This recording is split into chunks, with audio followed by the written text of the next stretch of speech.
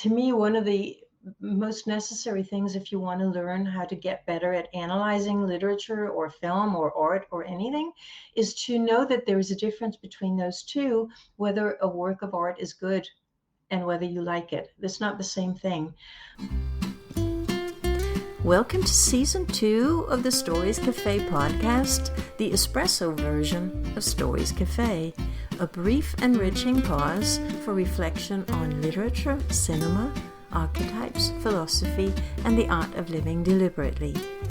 I'm Annette Wernblad, course creator, internationally published author, and wanderer at heart. So cozy up and let's once again step into the world of stories and the deep ways in which they can shape the lives we live.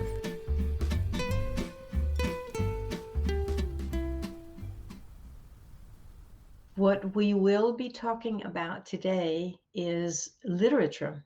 What is literature? How is literature different from the other art forms? I think it's an interesting thing to think about is that very often, and those of you who've been in my film classes know that I talk about that very often when we say about a movie, for instance, that it's bad or that it's good, what we really mean is that we didn't like it or that we did like it.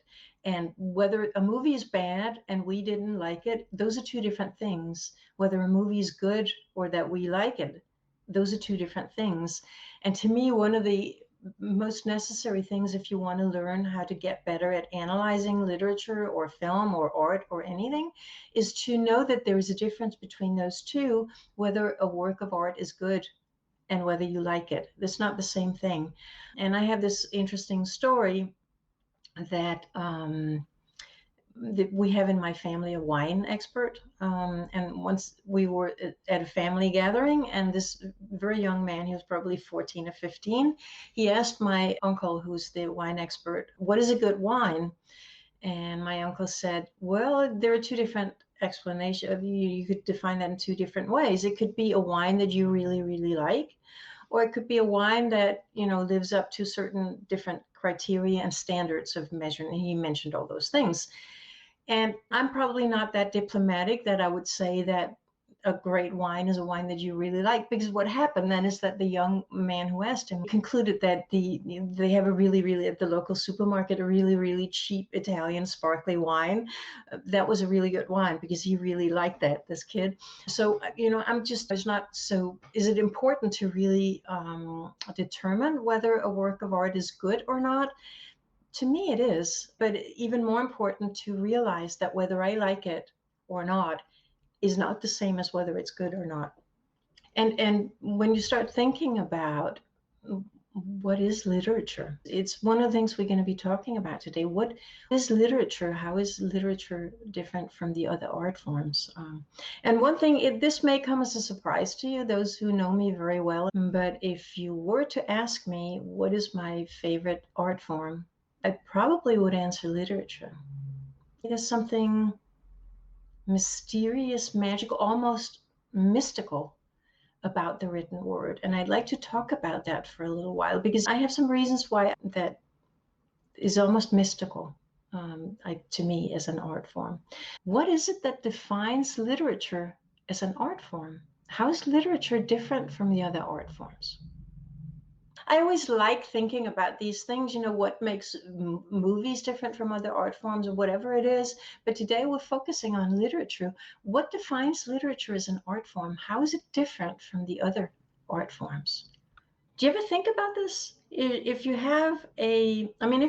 think about music, you have sounds. There are sounds in the world. And if you start beating on pots, you have music, you have various kinds of sounds. It's something that's there, and that you can play music on all kinds of things that you can turn into instruments. If you think about painting, is that you're reproducing something that's there, and the reason why is that a cow? Because it looks like it. I'm going to try to not get too academic here and not go too far down the road of semiotics, but I will open that door a little bit. And if you think about movies, you have something in outer reality and you're putting up a camera and you're capturing something that is there in the world. If you think about literature, it is entirely man-made. Language is man-made. It does not exist. It's something that human beings have made up. So you have these signifiers, as they call it in semiotics. We sort of agreed that if you have these little thingies next to each other, that means horse, or whatever it means. And it doesn't really make sense. It's just something that we agreed on. And I love that about literature, is that it's something we made up. And how is it possible? You can say, how is it possible with a movie to capture something about the human existence? Well, you're filming something about the human existence. How is it possible with these little thingies called words that you construct into these thingies that we call sentences to capture something significant and deep and philosophical and beautiful and ugly and horrifying, and you capture all these emotions in something